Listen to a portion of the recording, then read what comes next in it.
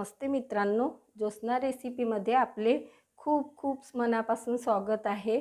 आज आपण पातळ पोह्यांचा चिवडा कुरकुरीत कसा बनवायचा ते बघूया। त्यासाठी मी येथे साहित्य घेतलेले आहे। अर्धा किलो हे पातळ पोहे चाळून घेतलेले आहे। पिठी साखर घेतलेली आहे, तिखट घेतलेला आहे, हळद आणि सोप ही मी भाजून याचं पावडर करून घेतलेला आहे आणि शेंगदाणे डाळ्या घेतलेल्या आहे, साधं मीठ घेतलेलं आहे, आमचूर पावडर, मोहरी, काळं मीठ, जिऱ्यांचं पावडर घेतलेलं आहे, धने पावडर, जिरे घेतलेले आहे आणि या हिरव्या मिरच्या मी बारीक करून घेतलेल्या आहे। यात लसणी वाटून घेतलेली आहे मी आणि हे कढीपत्ता घेतलेला आहे, कांदे बारीक चिरून घेतलेले आहे।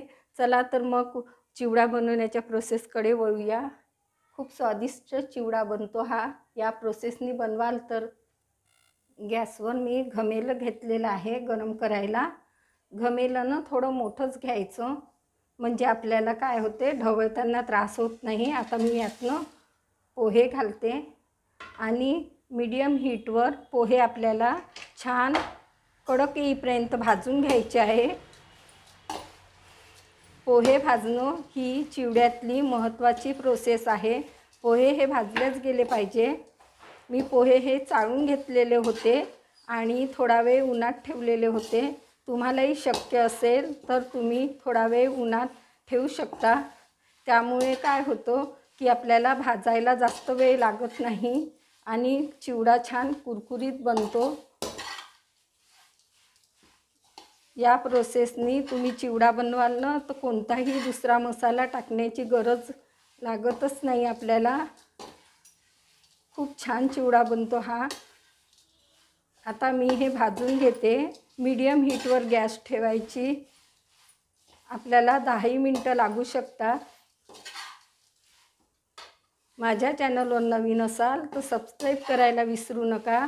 ज्यांनी सबस्क्राईब केलेले आहे त्यांचे मनापासून खूप खूप धन्यवाद। पोहे भाजताना अशी प्लेट घ्यायची आणि असं झारा म्हणजे काय होतं की आपल्याला खालीवर पोहे करता येतं आणि व्यवस्थित भाजल्या जातं। जास्त प्रमाणात चिवडा बनवायचा असेल तर 2 प्लेटा घेऊन पण आपण अशा प्रकारे वर खाली करू शकतो म्हणजे भाजायला त्रास होत नाही आणि पोहे खूप छान भाजले जातात आणि खालचे वर पोहे खूप छान करता येतं। बघा या प्रकारे जास्त प्रमाणात आपला असला की मोठं घमिलं ठेवायचं, ढवळायला त्रास होत नाही। बघा पोहे छान भाजले गेलेले आहे। बघा बघा कुरकुरीत आवाज येत आहे। असे भाजायचे आहे। मला 10 मिनिटं लागलेले आहे। आता मी हे पोहे काढून घेते। तेल गरम झालेलं आहे। मी घमेल्यामध्ये 2 चम्मच तेल टाकलेलं आहे। आता प्रथम आपल्याला शेंगदाणे भाजायचे आहे। लक्षात ठेवा शेंगदाणे हे मीडियम हीटवर छान खरपूस असे तळून घ्यायचे आहे या तेलामध्ये। आतूनही शिजले गेले पाहिजे, एकदम हाय हीटवर तळायचे नाही, नाहीतर ते वरून करपून जातात आणि आतून कच्चे राहतात। या प्रकारे तळायचे आहेत।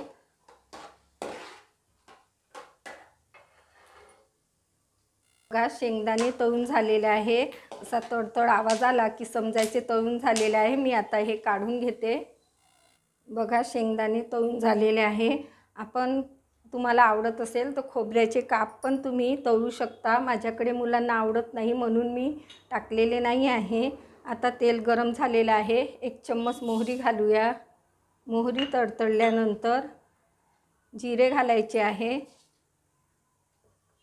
आणि हे छान तडतडू द्यायचं। या प्रोसेसनी चिवडा बनवायला खूपच छान बनतो आणि बनवायला अगदी सोप्या पद्धतीने मी दाखवत आहे। जास्त झंझटवालं म्हणजे पद्धत नाही आहे ही, खूपच सोपी आहे आणि चिवडा खूप खमंग बनतो। आता हे कांदे घालायचे आहे आपल्याला। कांद्याचा चिवडा बनवला ना हा खूप टेस्टी बनतो।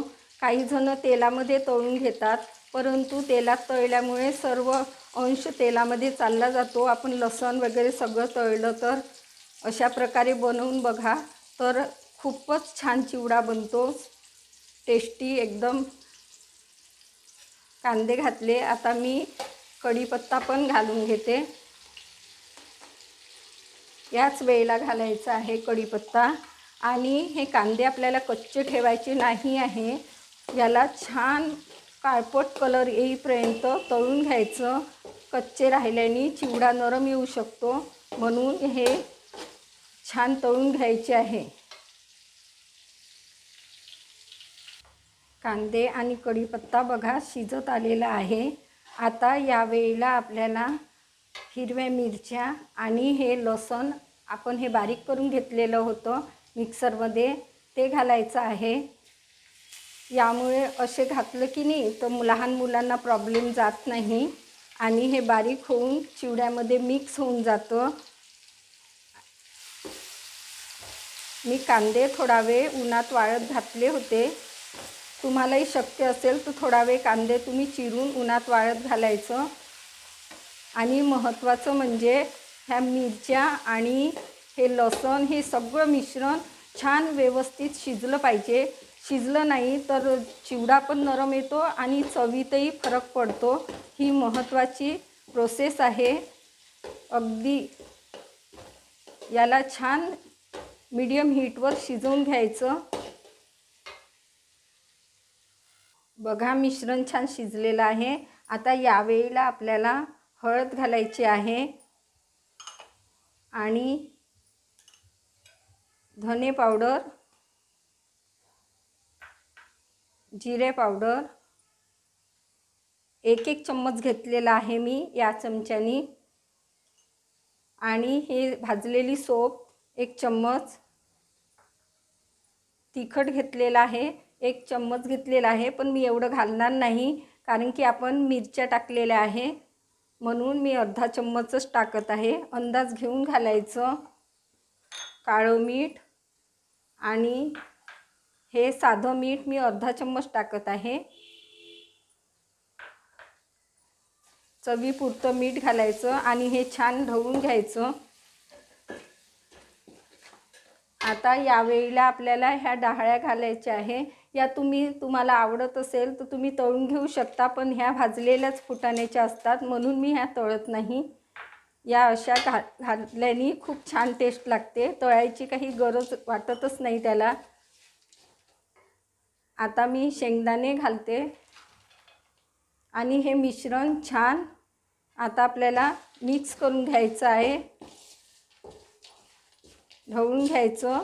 1-2 मिनिटापर्यंत शिजवायचं.